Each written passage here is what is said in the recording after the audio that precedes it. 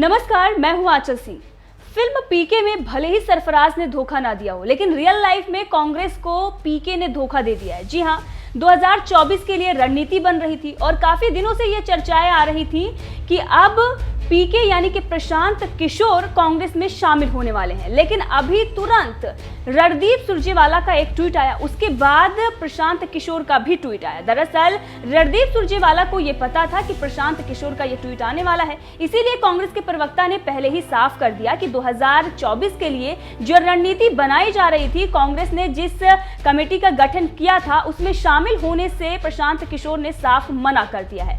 तो इस वक्त की बड़ी खबर यह है। वहीं पर आपको बता दें कि दूसरी तरफ सोशल मीडिया पर बहुत सारे लोग हैं जो कांग्रेस को लेकर अब तमाम तरह के मीम्स और ट्वीट्स भी कर रहे हैं, क्योंकि जाहिर सी बात है, जिस तरीके से कांग्रेस की नैया डूब रही है, अब उसमें यह लग रहा था कांग्रेस को कि प्रशांत किशोर आएंगे और उनकी नैया जो है वो पार लगा देंगे। लेकिन उससे पहले ही प्रशांत किशोर ने साफ मना कर दिया शामिल होने से। अब कुछ लोग तो ये कह रहे हैं कि प्रशांत किशोर जो है कोई नेता नहीं है, कोई रणनीतिकार नहीं है। जो कुछ भी हुआ है पहले, जिस तरीके का उन्होंने 2014 में जादू दिखाया था, वो सब प्रधानमंत्री नरेंद्र मोदी का था। जनता कांग्रेस से नाराज थी और प्रशांत किशोर ने कोई करिश्मा इससे बड़ा किया नहीं है। वहीं पर बंगाल की बात की जाती है तो बंगाल में बीजेपी की सीटें भी बढ़ी थी और उस वक्त भी प्रशांत किशोर ने जो कुछ भी कहा था उसको लेकर भी कई तरह के मत सामने आए थे।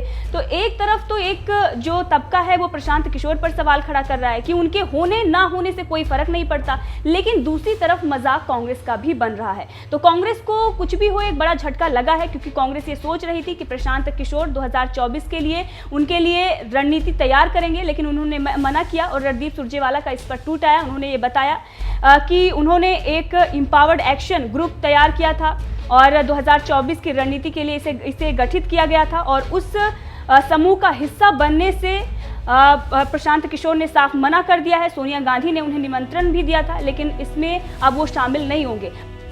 प्रशांत किशोर ने इस पर ट्वीट करते हुए ये बता दिया है कि मुझसे ज़्यादा ज़रूरत पार्टी को नेतृत्व की है और कार्यकर्ताओं की है। जिस तरीके का स्ट्रक्चर बना है उस पर भी उन्होंने सवाल खड़े कर दिए हैं। तो प्रशांत किशोर ने शामिल होने से मना कर दिया है। उससे पहले ही कांग्रेस के प्रवक्ता सुरजेवाला ने इस पर सफाई दे दी थी, उसके बाद प्रशांत किशोर ने भी ये कह दिया है। लेकिन अब बात करते हैं सोशल मीडिया पर किस तरीके से लोग इस पर रिएक्ट कर रहे हैं। एक यूजर ने लिखा है कि सुरजेवाला जी पीके को शामिल करवाइए, कांग्रेस CWC मेंबर नेताओं की बपौती नहीं है। क्या है कि विपक्ष में संघर्ष उन सबको थोड़े ना करना पड़ता है, जो करता है वो कार्यकर्ता करता है।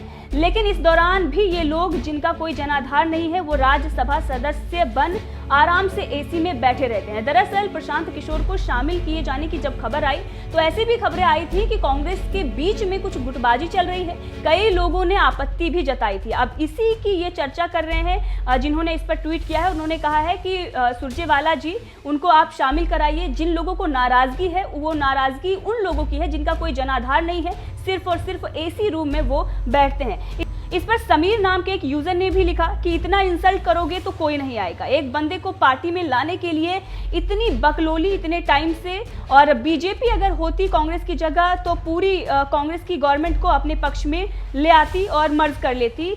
फलाना कमेटी, धमाका ग्रुप, ये तमाम तरह की चीज़ें उनके द्वारा लिखी गई हैं और ये बताया गया है कि आपको पहले ही उनको शामिल करा लेना चाहिए था। इस प्रकार से जो आप बता रहे हैं कि कमेटी बनाई गई थी और ये ग्रुप बनाया गया था, उन्होंने मना कर दिया शामिल होने से, इन सब का गुस्सा भी है। अब इस पर एक और यूजर ने कमेंट करते हुए लिखा कि सबके सब महान हस्ती हैं कांग्रेस में, जनता को बेवकूफ समझते हैं कि एक दिन अपने आप बीजेपी हार जाएगी और इनको सत्ता अपने आप मिल जाएगी।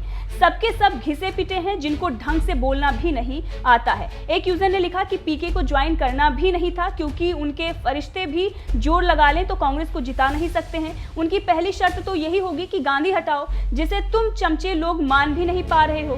पीके केवल हाथ रखता है, जहां जीत के चांस होते हैं वो बहुत चालू है। तो इस प्रकार के ट्वीट आ रहे हैं, इस प्रकार से रिएक्शन आ रहा है, तमाम तरह के मीम्स भी अब वायरल हो रहे हैं कि कांग्रेस की डूबती नैया जो है अब वो पीके भी पार नहीं लगा पा रहे हैं। तो इस मामले को लेकर आपका क्या कहना है, कमेंट करके जरूर बताएं।